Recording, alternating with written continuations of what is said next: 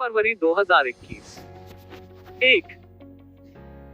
वित्त मंत्री निर्मला सीतारमण के मुताबिक सीनियर सिटीजन के लिए स्पेशल ऐलान में कितने साल से अधिक आयु वाले लोगों को अब रिटर्न नहीं भरना होगा?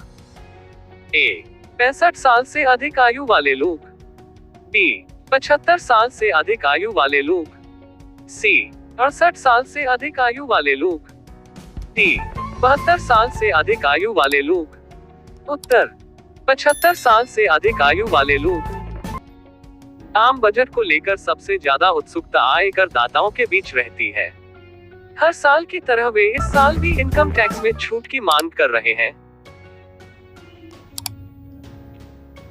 इसलिए भारत का केंद्रीय बजट 2021-11 संसद में पेश करते समय वित्त मंत्री निर्मला सीतारमण ने सीनियर सिटीजन के लिए आयकर रिटर्न इटर के बारे में यह स्पेशल ऐलान किया है कि अब 75 साल से अधिक उम्र वाले सीनियर सिटीजन को टैक्स जमा करवाने में इस वर्ष से राहत दी गई है। अब 75 साल से अधिक उम्र वाले लोगों को अपना इटर नहीं भरना होगा।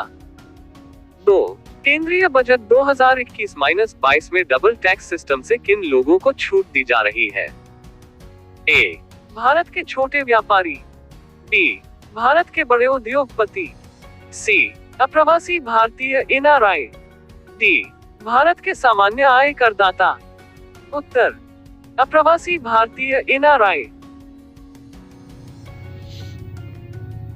भारत सरकार का केंद्रीय बजट 2021-22 संसद के पटल पर रखते हुए वित्त मंत्री निर्मला सीतारमण ने यह ऐलान किया कि अप्रवासी भारतीयों NRIs को टैक्स भरने में काफी मुश्किलें होती थी, लेकिन इस बार उन्हें डबल टैक्स सिस्टम से छूट दी जा रही है। दरअसल अप्रवासी भारतीयों को भारत में अर्जित की गई अपनी आय पर भारत में कर चुकाना होता है और इसके साथ ही ये अप्रवासी भारतीय जिस देश में रहते हैं उस देश को भी इन अप्रवासी भारतीयों को अपनी उसी अर्जित आय पर कर चुकाना होता है। अब ये अप्रवासी भारतीय डबल टैक्स अवॉइडेंस एग्रीगेमेंट DTAA के मुताबिक डबल टैक्स चुकाने से बच सकते हैं। 3। भारत का केंद्रीय बजट 2021-22 संसद सत्र किस तारीख तक चलेगा? ए 8 अप्रैल तक, बी 25 मार्च तक, सी 28 मार्च तक, डी 28 फरवरी तक। उत्तर 8 अप्रैल तक।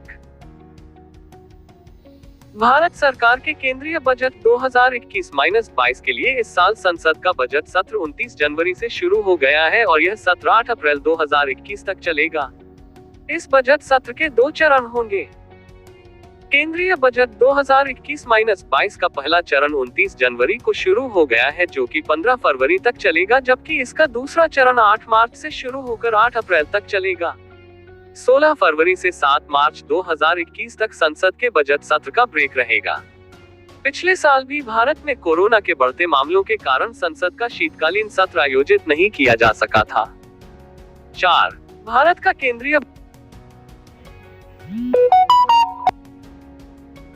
केंद्रीय बजट 2021-22 पहली बार किस रूप में पेश किया गया? ए बजट की hard copy, B budget brochure, C budget की सॉफ्ट कॉपी, डी इनमें से कोई नहीं। उत्तर बजट की सॉफ्ट कॉपी। भारत में कोरोना महामारी के कारण इस बार केंद्रीय बजट यूनियन बजट 2021-22 के पेपर प्रिंट नहीं किए गए हैं और यह बजट पूरी तरह पेपरलेस है। आजादी के बाद यह पहला मौका है जब आम बजट के पेपर प्रिंट नहीं किए गए हैं। मोदी सरकार की वित्त मंत्री निर्मला सीतारमण ने आज संसद के समक्ष केंद्रीय बजट 2021-22 पेश किया। वित्त मंत्री निर्मला सीतारमण ने भारत के संसद भवन में सुबह 11 बजे देश का आम बजट पेश किया है।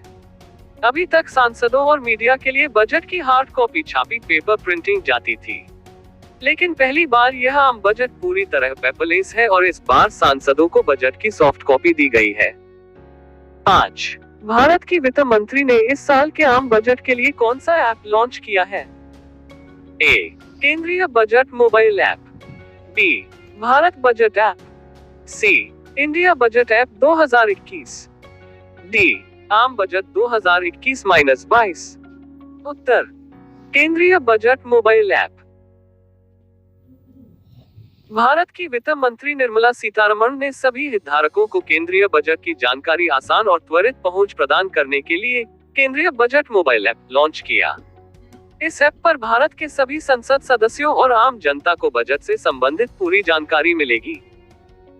यह ऐप वार्षिक वित्तीय विवरण AFS, अनुदान की मांग TG और वित्त विधेयक आदि सहित 14 केंद्रीय बजट दस्तावेजों को देखने की सुविधा प्रदान करता है।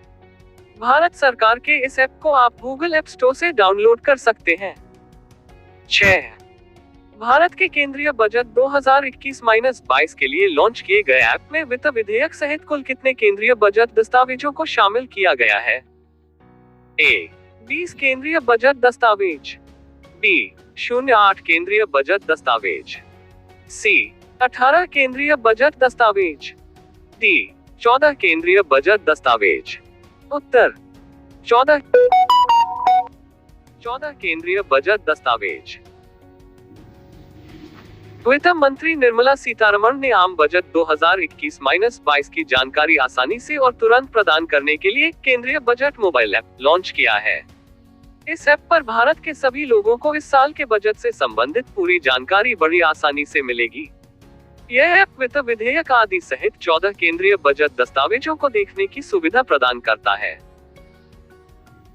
भारत सरकार के वित्त मंत्रालय द्वारा तैयार इस ऐप में आपको बजट 2021-22 में वित्त मंत्री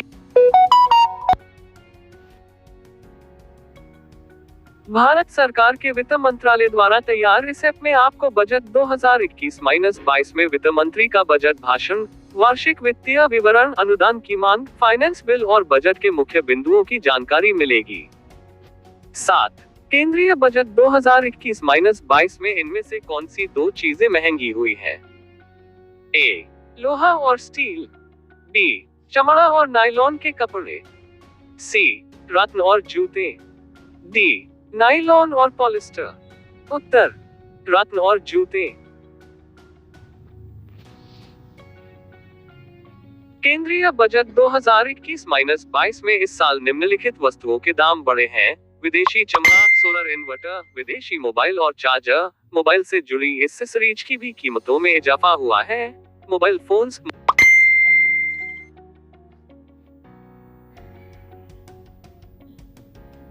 केंद्रीय बजट 2021-22 में इस साल निम्नलिखित वस्तुओं के दाम बढ़े हैं: विदेशी चमड़ा, सोलर इन्वर्टर, विदेशी मोबाइल और चार्जर, मोबाइल से जुड़ी एक्सेसरीज की भी कीमतों में इजाफा हुआ है। मोबाइल फोन्स, मोबाइल पार्ट्स पर छूट कम हुई है। रत्न और जूते भी महंगे हुए हैं। इसी तरह इस साल के बजट में आयातित ऑटो पार्ट, विदेशी खाद्य तेल, गाड़ियों के पार्ट्स, इलेक्ट्रॉनिक उपकरण, इंपोर्टेड कपड़े भी महंगे हो गए हैं। 8. केंद्रीय बजट 2021-22 में इनमें से कौन सी दो चीजें सस्ती हुई है? A. लोहा और स्टील, B. मोबाइल और मोबाइल एक्सेसरीज, C. रत्न और जूते, D. ऑटो पार्ट्स और इंपोर्टेड कपड़े।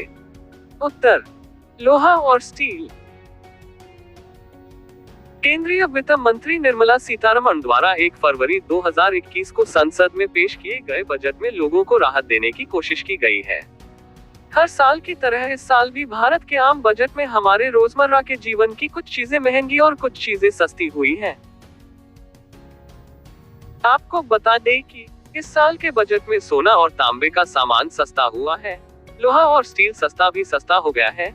चमड़े के उत्पाद, नायलॉन और पेंट, नायलॉन के कपड़े, ड्राई क्लीनिंग सहित पॉलिस्टर के कपड़े भी सस्ते हुए हैं। 9. वित्त मंत्री निर्मला सीतारमण ने केंद्रीय बजट 2021-22 में भारत में कहां यूनिवर्सिटी बनाने का ऐलान किया है? A. Leh, B. Goa, C. Andaman और निकोबार, D. इनमें से कोई नहीं। उत्तर लेह। वित्त मंत्री निर्मला सीतारमण ने 1 फरवरी 2021 को संसद में पेश किए गए केंद्रीय बजट 2021-22 में लद्दाख के लेह क्षेत्र में केंद्रीय यूनिवर्सिटी बनाए जाने का ऐलान।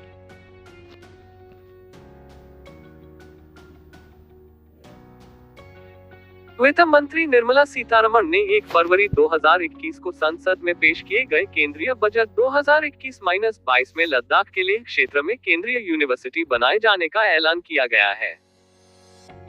लद्दाख में रहने वाले सभी छात्रों को आसानी से उच्च शिक्षा प्राप्त हो सके, इसके लिए भारत सरकार ने यह यूनिवर्सिटी बनाने का निर्णय लिया है।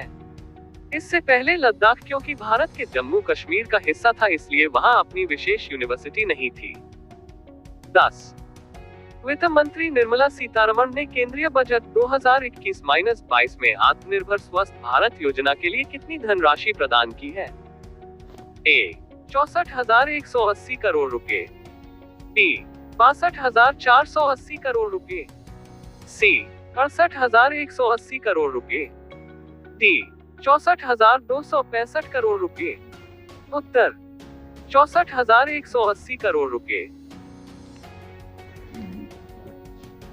वित्त मंत्री निर्मला सीतारमण ने केंद्रीय बजट 2021-22 में आत्मनिर्भर स्वस्थ भारत योजना के लिए सरकार की ओर से 64,180 करोड़ रुपए इसके लिए दिए गए हैं और स्वास्थ्य के बजट को बढ़ाया गया है। वित्त मंत्री ने आम बजट 2021-22 पेश करते हुए यह भी बताया है कि पूर्ण लॉकडाउन के दौरान प्रधानमंत्री गरीब कल्याण योजना शुरू की गई, जिससे 80 करोड़ गरीबों को फायदा मिला है। उन्होंने आगे यह कहा कि मोदी सरकार की ओर से आत्मनिर्भर भारत पैकेज के तहत कई नई योजनाओं को कोरोना काल में देश के सामने लाया गया है, ताकि अर्थव्यवस्था की रफ्तार को आगे बढ़ाया जा सके और देश के सभी नागरिकों को बेहतरीन स्वास्थ्य सुविधाएं उपलब्ध करवाई जा सके।